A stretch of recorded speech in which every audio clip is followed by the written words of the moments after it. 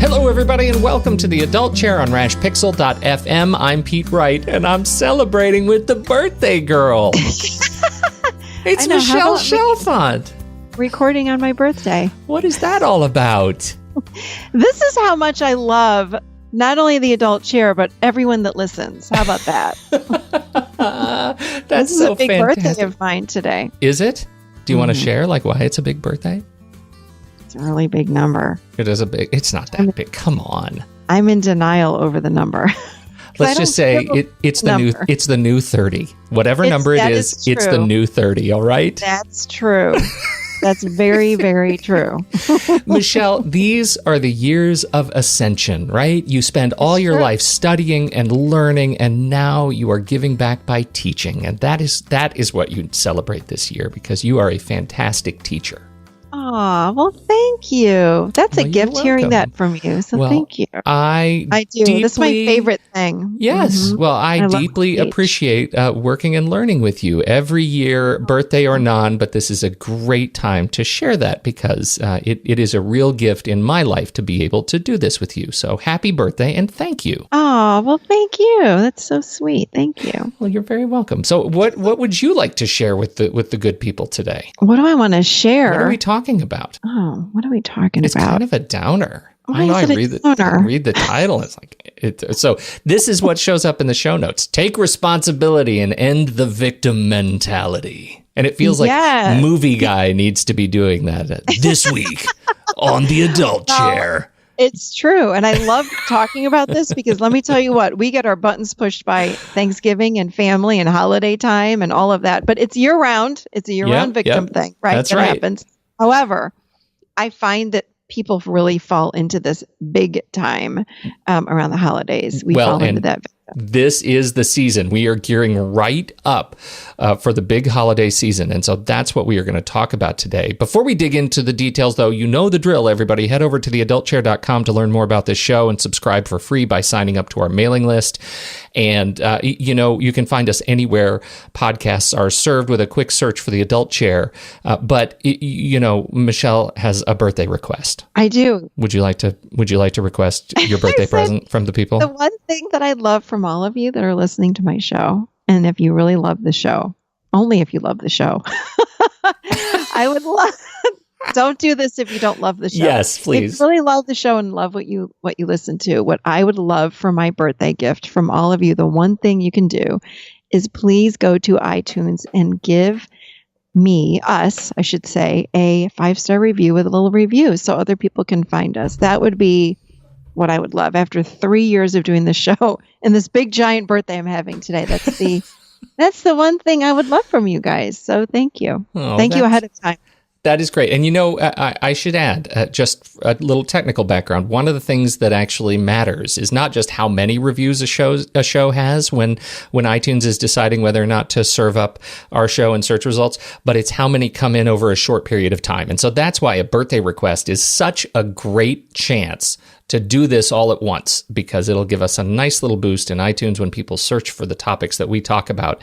We'll end up coming up first because we'll have a lot of people giving us reviews all at once. That matters. It's so weird. The technical arcana that goes into podcasts and search engines. I hate that we even have to talk about it, but since we are talking about it, we're doing it with gratitude. Thank you, everybody. And if you love me, love the show. Happy birthday. There you go. You know what? That's a great present. place to wish Michelle a happy birthday. A happy birthday in iTunes and Apple Podcasts. That's great. We would love a bunch of birthday 5-star reviews. Thank you, everybody. So Movie Guy steps in to take responsibility and end the victim mentality. Yeah, this is really going to be a good conversation on how do we end victim mentality. And we all step into it, and some of us step into it a lot more than others. Or I should say, we all step into it sometimes, but some of us spend a lot of time there and we feel stuck and we don't know how to get out, or we're afraid to get out. So that's what we're going to talk about today. So can I start, Pete? I hope that you will. No, launch in. I actually love this topic because maybe it's, I don't know what it is. I'll tell you, I'm gearing up for a big professional conference that's coming up in December. And I'll tell you, I've been podcasting for a long time. It's about podcasting and growing the business, and the business is growing in terms of the overall ecosystem of podcasts. And yet I am terrified. I am terrified of this conference because, it puts all of everything I do every day right out there on the table. And I think it's very natural to sort of feel this kind of anxiety, but it is super easy to jump into this kind of victim. Yeah, this space. So I want to hear what you have to say. Teach me. I am going to teach you right now. Learn me some stuff. I have a list. I should probably write a blog on this and put this in writing so people can go back and read it. Maybe I will. But so I have just jotted a few things down. So if you're wondering if you are in this victim place, or you are wondering if someone else is that these are just some typical kinds of signs that you would see that when people are a victim, this is what they might be displaying. And by the way, a victim sits squarely in the adolescent chair. It's a mask or an identity that we create from this adolescent chair, from the ego. So first of all, what happens is when someone steps into their victim or slides into this victim chair, they feel like they have no control over their lives. So they feel very, very powerless. And then they typically fall into feeling really sorry for themselves.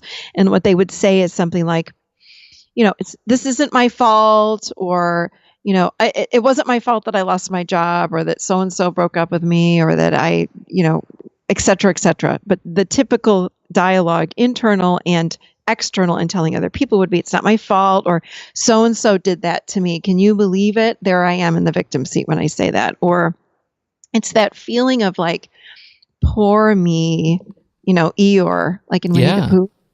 Yeah. It's like, Eeyore was the victim. And they really believe that people are against them.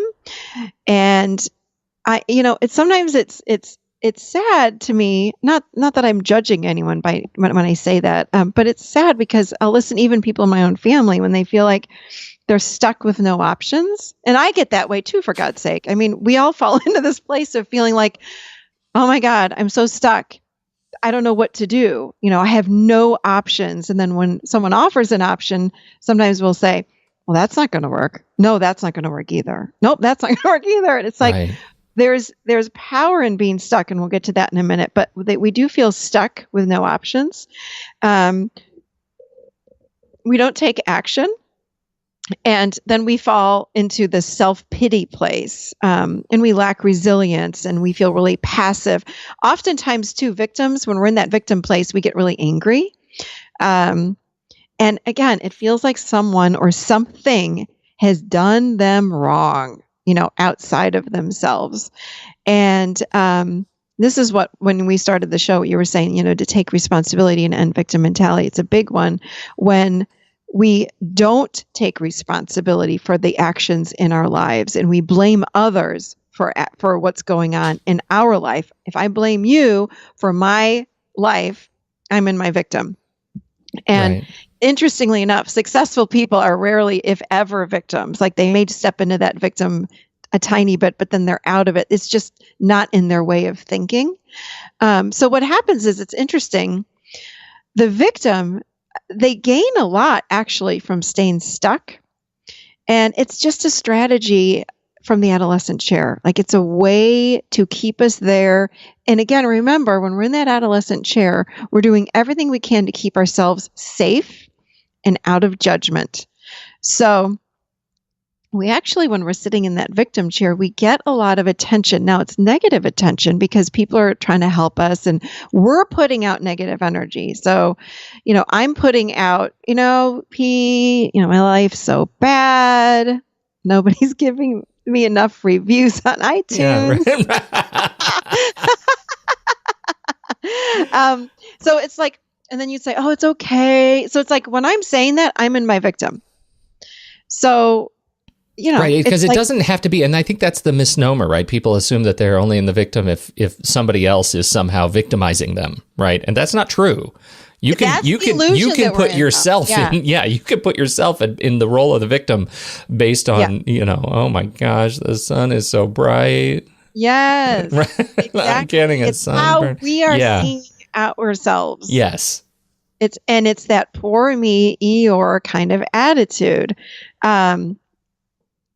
So what happens is, we complain about our lives, and then people feel sorry for us, and then we complain, we talk about our woes, and then people try to help us, so we get more attention. Oftentimes we just want attention, we don't know how to get it, so we just talk about our problems. But it's yucky. It does not feel good. It's yucky energy. It's negative energy. It's a very negative way to gain attention. So what happens is, after a while, other people realize we're not changing, despite all of the suggestions to get us out of the victim place for whatever the reason is that we're stuck there. And then people start getting, resentful, and they get upset, and they turn away. And then sometimes we even shun people that are stuck in victim, because it's like we throw our hands up and go, I don't know what to do with that person. They're stuck. So then guess what? The victim goes, you see, told you, nobody's there for me. Right. So it's like a vicious circle. We just stay in this victim place. And, another thing that the victim actually gains is that we don't have to change our lives in any way. So there's no risk involved. If I'm not risking change, then I can't fail. You see? Yeah. So I can't get rejected. I can't fail.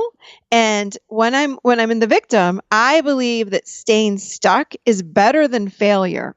Okay. And remember, that idea is going to come again from that ego place from the adolescent chair. It's coming out of fear. So the ego or the mind feeds us this idea that says, just stay where you are. Why would you want to change your life? So what if your husband's cheating on you? Or so what if your wife is doing this and that and the other thing?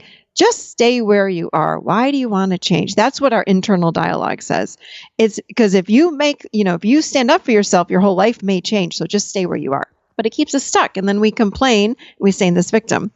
We avoid taking responsibility or making decisions when we're in this place. We don't have to take responsibility again, so we don't have to feel like a failure. So victims that take responsibility, they fear then that they'll blame themselves, which feels so bad that they still want to blame others to stay out of the blame. It's this whole blame game thing. What we're doing is we put our life and our happiness in other people's hands. So when I blame another person, remember, when we blame other people, we are staying stuck in victim. No one is responsible for my own life except for me. Everybody hear me say this right now. Don't blame another human being on your life. Nobody's responsible for you. So I don't care if you're in a marriage, and let's just say you're married to somebody that is not kind to you, then you must do something about it. You must do something about it. And it's not that I don't care and I'm an uncaring person. I'm a very caring person. I'm very loving. But if we're stuck in that victim, we feel like we have no options at all. We do. We have to take responsibility. I'm in a bad partnership. I need to do something for myself. So what if friends don't like me, if I make this choice for myself? We have to put ourselves first. We are the only ones that can best take care of us. And when we start looking outside of ourselves for other people to take care of us is when we're getting ourselves in trouble. We know what to do. We have to go inside. We have to travel inside, find our own truth, and then make a choice and a change. So this is how we end victim mentality. So the sadness, loneliness, and hurt won't end until I take responsibility for my life. And I'm not saying blame ourselves. A lot of people say, well, if I say to a client, you need to take, what would happen if you took responsibility for what's going on, in your partnership, or what's going on at work, or what's going on with your friend? The next thing they typically say is, well, are you asking me to blame myself? Why would I want to judge myself like that? I'm not saying to judge yourself. I'm not saying to blame yourself. I don't want you to do that at all. Taking responsibility is like saying, okay, my life is a mess right now because of this, this, and this. What do I need to do to make steps out of this mess that I am in? I never said to blame yourself for being in that mess, because maybe it's not your fault. Yeah, right. If my husband's cheating on me and going all over town cheating on me, that's not my fault. But if I stay stuck like that, I'm the victim. But I need to make a choice for myself. So this is the first step to empowerment. Like, what needs to change? So one of the things that we do is we can sit, and I've asked people to do this, write down, what are you unhappy with in your life? When we write things down, we take it from the mind and bring it into our reality. Then you can look at it right in front of you. Mm-hmm. So look at, what are you unhappy with in your life? Well, I wish this and that would change. I wish my husband would change. Let's just say, I'm just going to use that as an example. I wish my boss would change, or I wish my friend would change. Okay.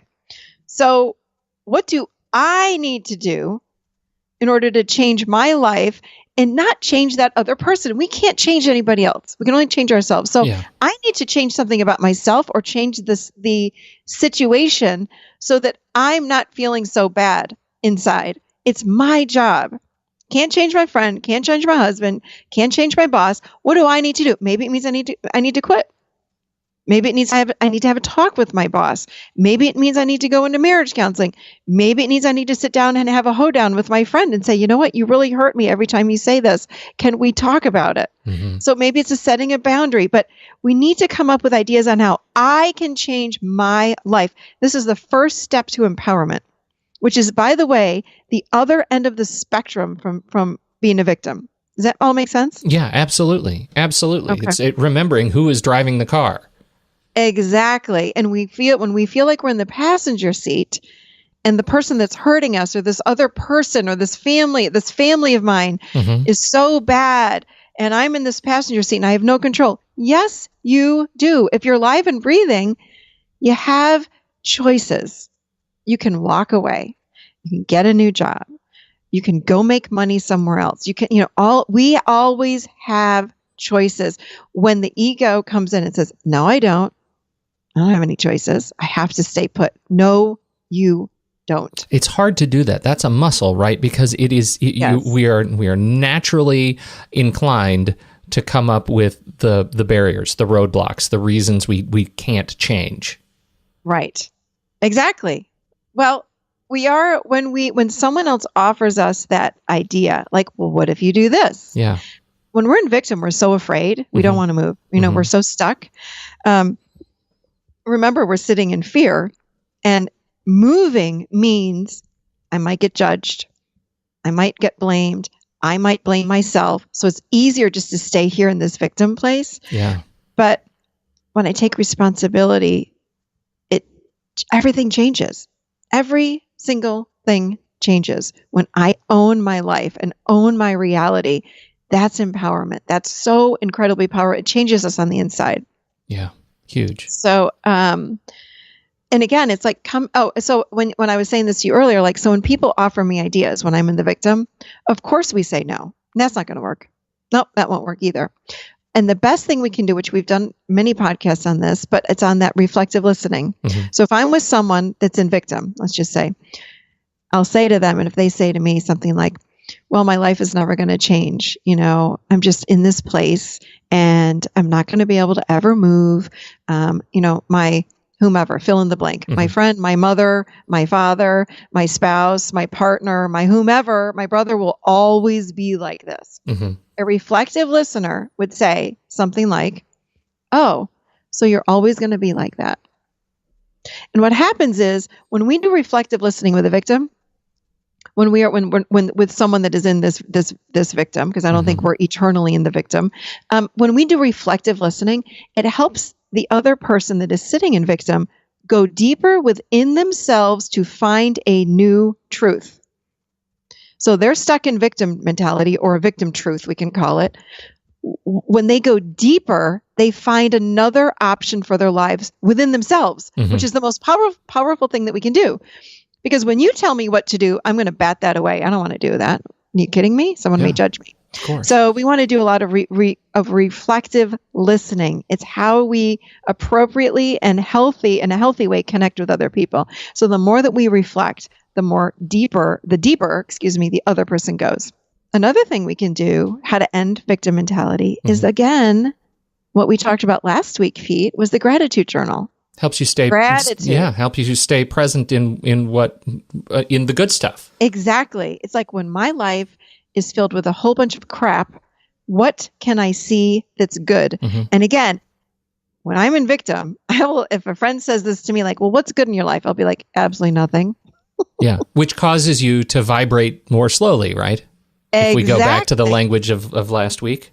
Yes, it keeps us stuck in victim. It's like, I'm not moving. You cannot make me move. Screw you. Like, no way. But if we can go, well, I like my ankles, or I like, I like that the sun is out today. I'm grateful for the sun. Even, that's inching us up the spectrum, moving us a little bit by little bit by little bit out of victim.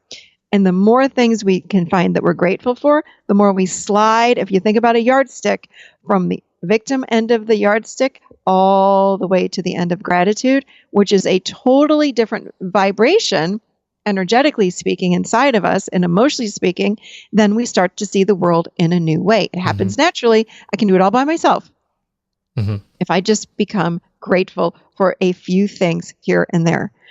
What about when you're stuck in that place of feeling like you have to understand why the world is so hard? Why did this happen to me? That's the language of the victim too. Well, why keeps us so stuck? Who cares? Who cares why? The victim cares why. It's like, well, I need to know. Why did this happen? And I was trying to think. And we often hide it. We hide it in the language of, well, I have to understand why so that it never happens again. Right. No, you don't. That's the hidden lie. That's an illusion. Yeah, it's a total lie. And remember that there's like a proverb of that little some Indian kid getting like shot in the butt with an arrow, and he's walking around with the arrow sticking out of his butt, going, "I need to know, why was I shot? Who shot this? Who shot this in my butt, and why? Why?" And then I think the Indian chief just said to him, "Could you just pull the arrow out? Like, who the hell cares? Just stop it." Right? Like, it doesn't matter why. I've often asked myself this question, like, why did I move to Tennessee? Why did we have to move? All my friends and family are in North Carolina. Why? And I get stuck in that victim. Yeah. It's like, it doesn't matter. When I resume present moment awareness, boom, it's gone. Yep. Like, there is no more victim. I can't hold it, because when I'm in the present moment, it's like, well, I'm going to work, or I'm making dinner, or, whatever's happening. It's like, I'm pretty happy right now. But the mind goes into why, and the mind is what's going to keep us stuck in why. So the last one is, for the victim mentality, is, again, I think we've done a whole podcast on this, on forgiveness. So forgiveness, or letting go of resentments, is huge. Oftentimes we're stuck in the victim because of an event from our past. So someone did something to me, something happened to someone I love, something happened to me. And oh my gosh, I got this great quote on resentments from Catherine Ponder. Can I read it? Yes, please. When you hold resentment toward another, you're bound to that person or condition by an emotional link that is stronger than steel. Forgiveness is the only way to dissolve that link and get free. Wow. So, but I think again, we can do forgiveness from the adolescent chair, which is like, okay, I'm going to forgive you. You really hurt me. I'm going to forgive you. I don't think that's true forgiveness, because for me, forgiveness is a full body experience. It's an experience. It's not from the mind only. Because people will say, oh, you just need to forgive them for doing that to you. I'm like, if it's something minor and that person apologized, absolutely, we move on. Who cares? However, forgiveness, a true, meaningful forgiveness, is an experience. So what I believe is, in order to do that, we've got to understand where that other person is coming from. Like, where is the other person coming from? Why did they do what they did? And again, hurt me in that way? Or why did I have that experience with them? What was their motivation? Like, are they really just a mean person? Were they drunk? Were they, we can go down the list. And the more we can understand where that other person is coming from, what I find is, we slowly begin to have compassion for that other person. Then when I have compassion for that other person and a deeper understanding of their motive or motivation, what do you know? I fall like ass backwards into forgiving them. And it's not something I might set out to do it, but it doesn't happen like at the blink of an eye. It's like, I've got to move into the space of forgiveness.